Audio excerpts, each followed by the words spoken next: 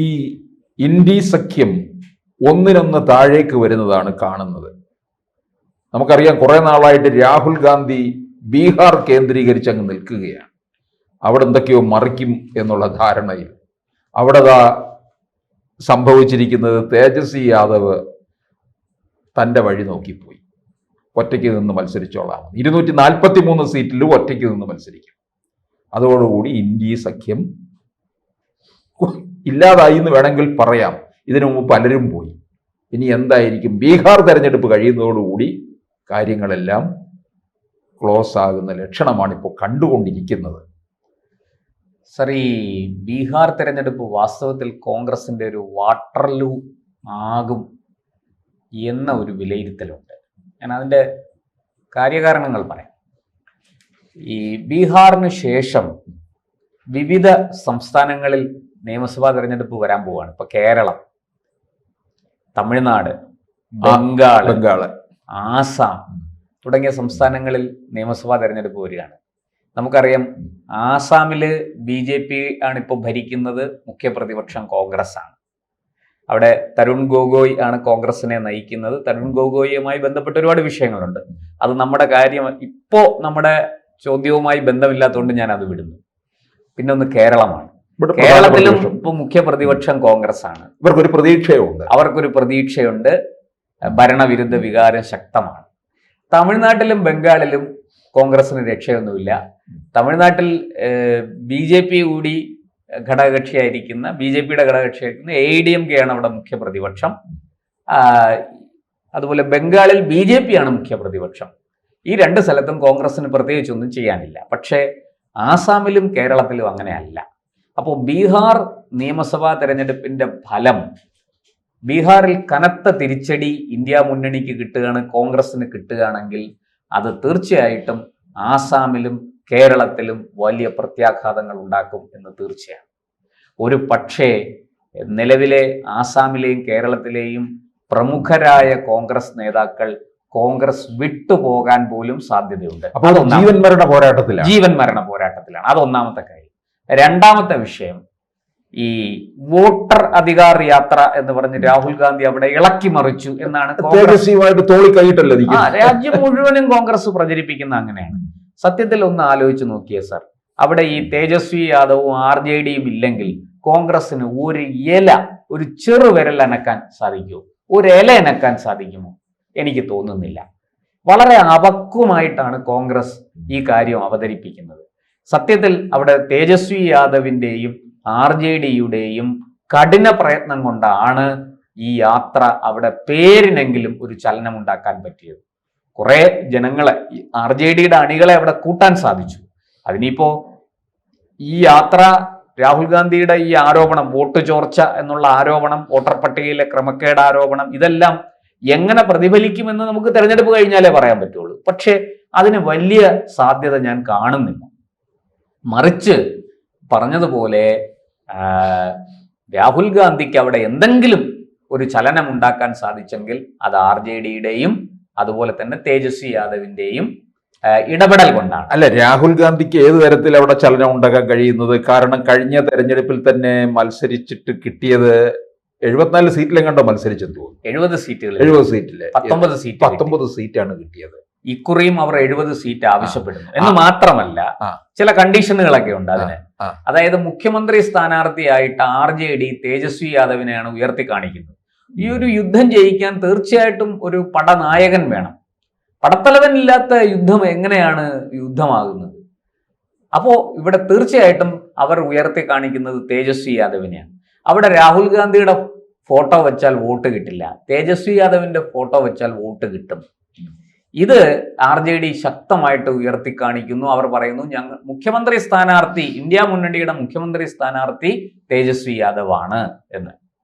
ഇത് കോൺഗ്രസ് അംഗീകരിക്കുന്നില്ല.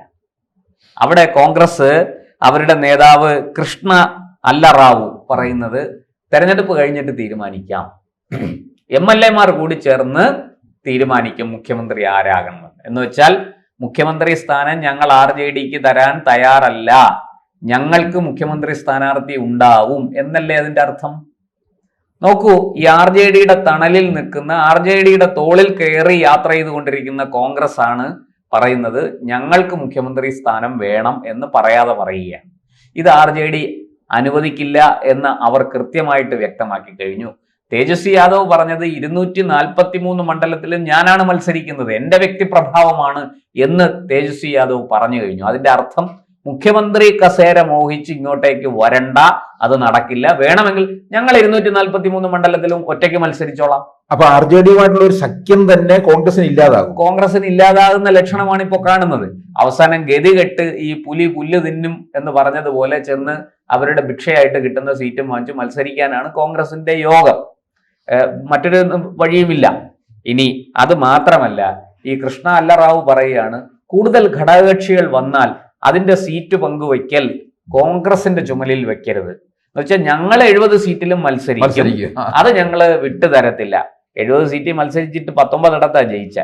അതെ, 1/3 പോലും ഇല്ല എന്ന് പറയണം. ഇടത് സംഘടനകൾ ഇതിൽ കൂടുതൽ 20 സീറ്റിൽ മത്സരിച്ചിട്ട് 16 ഇടത്ത് ജയിച്ചു. CPM, ML മറ്റുമൊക്കെ മാവോയിസ്റ്റ് ലെനിനിസ്റ്റ് പാർട്ടികളുണ്ടല്ലോ, അവരൊക്കെ ഇടതുപക്ഷ സഖ്യം എന്ന് പറഞ്ഞാണ് അവർ മത്സരിച്ചത്. അവരും ഈ ഇന്ത്യ മുന്നണിയുടെ സഖ്യത്തിൽ നിന്നുകൊണ്ടാണ് മത്സരിച്ചത്.